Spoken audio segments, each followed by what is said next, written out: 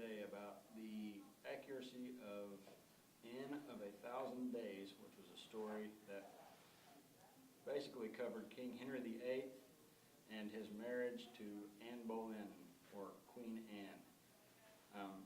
The claim they made in the beginning of the movie was not exactly explicit. They just kind of got into it and let you figure out for yourself the time, the time in which the movie was occurring, and kind of the setting for a few minutes before you even found out that it was about King Henry VIII and Queen Anne. Visually speaking, they did a pretty solid job, I would say, because most of the movie focused on the higher class people. Their clothing was pretty accurate, I would say, for the most part. You didn't really see a whole lot of the peasantry or the lower class people except for a few small scenes.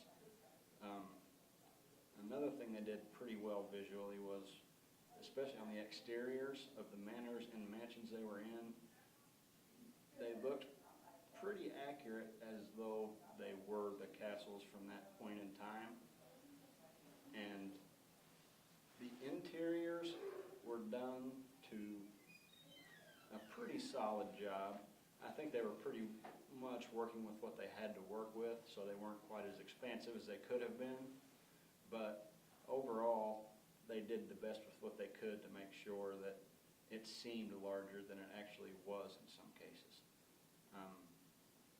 The one thing visually that kind of confused me a little bit was with Queen Anne's hair in the movie. In all the portraits I've seen of her, she's had her hair covered and some sort of head wrap or hat on. In this movie, through most of it, she had her hair down and long and over her shoulders. This is something I'll touch on a little bit later in the thematic accuracy as well. So we'll get back to that. When it comes to the oral accuracy of the movie, it sounded pretty well. It had the music of the time. It had the speech was somewhat modern in places.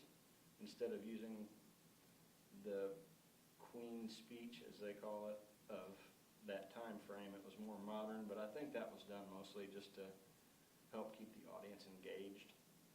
Plus, from the time that the movie was made, that would have made more sense.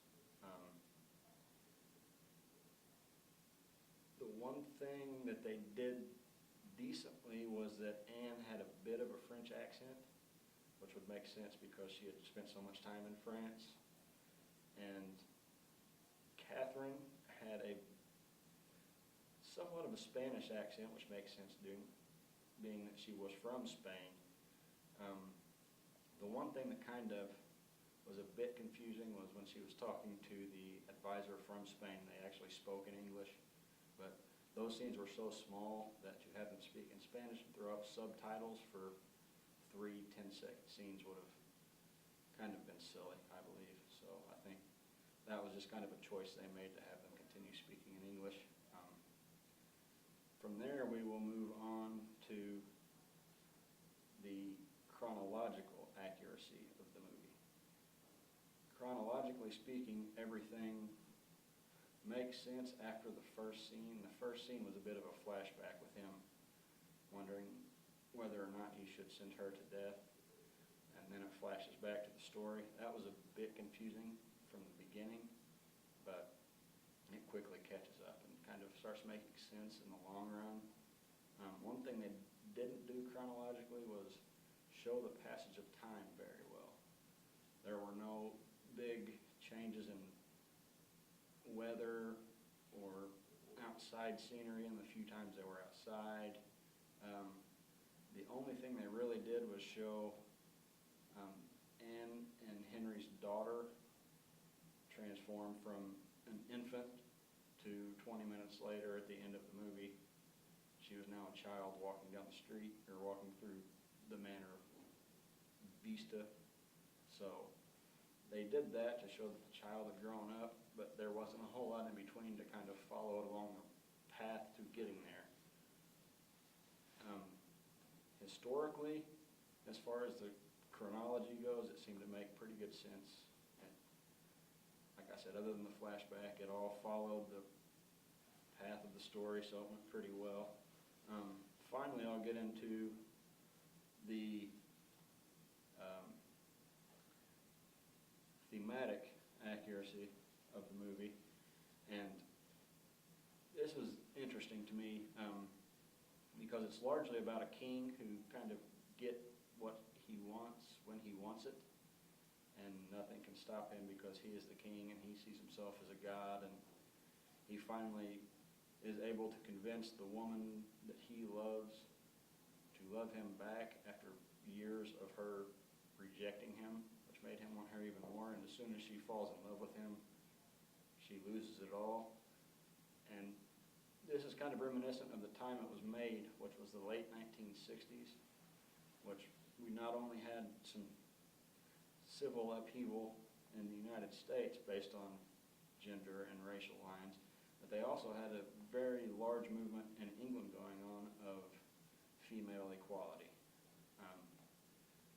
And during the 60s, they made a lot of great strides, and this movie seemed to be kind of shot through that lens of the female fighting against all the stuff that was keeping them down, and being able to rise above and reach a place where they needed to be, but as soon as she got complacent in that place, it fell around her. So it was almost kind of like a rallying cry for the females of the time to don't get complacent, keep fighting the good fight, keep doing what you've got to do to get to where you need to go, and don't just be happy if you make a couple small victories, or else it could all be taken away. You've got to keep diligently moving forward to what you want to be.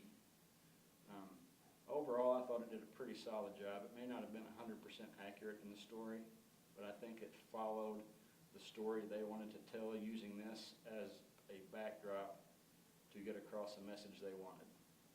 So that was what I got out of Anne of a Thousand Days, and now Chelsea will tell you about the other Boleyn girl. Hi, today I'm going to talk about the thematic, chronological, oral, and visual aspects of the movie, The Other Boleyn Girl.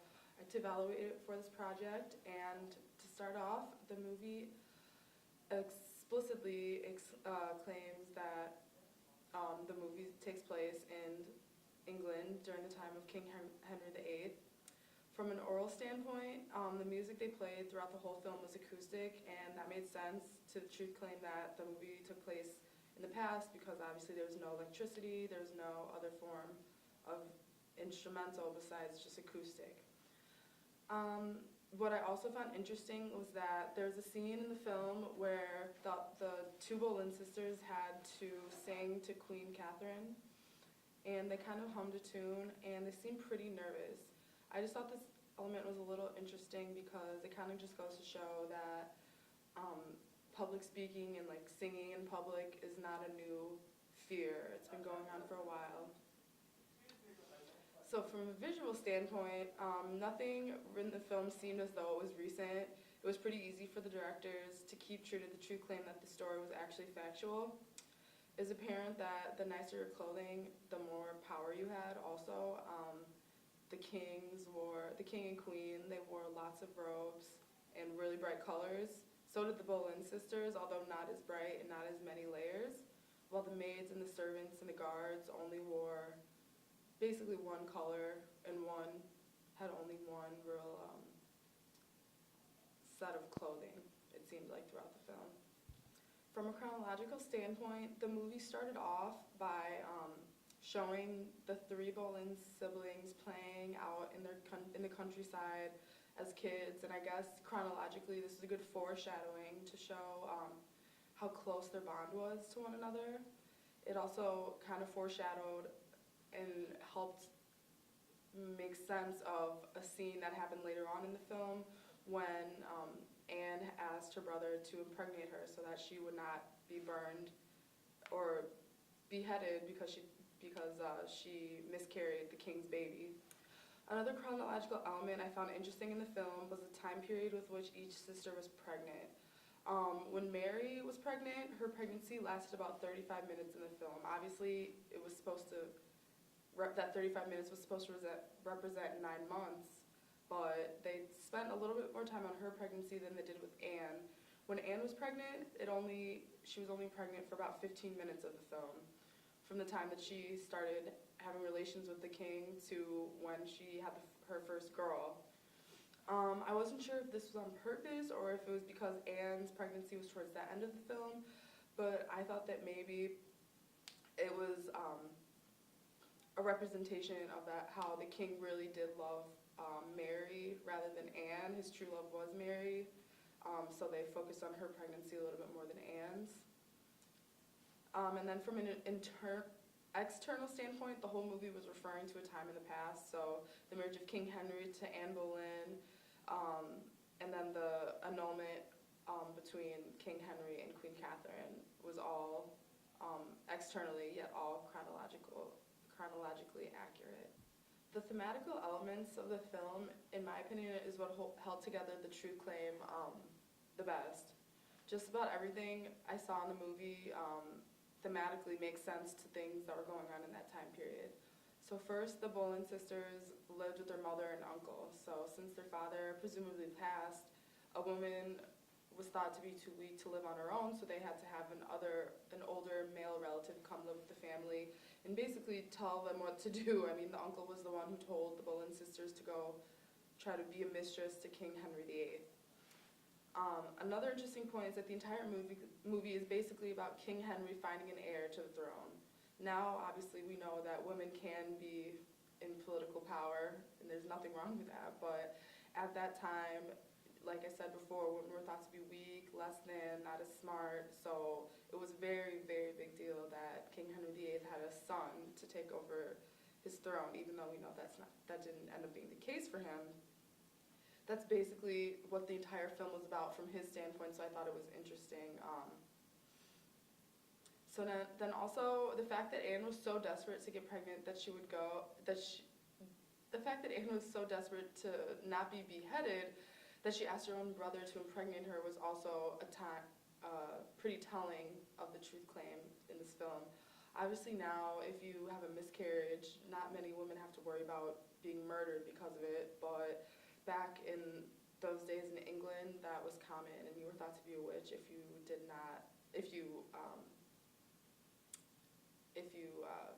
miscarried a child. So those are a couple interesting points, thematically, chronologically, visually, and orally about the other Boleyn girl. Thank you.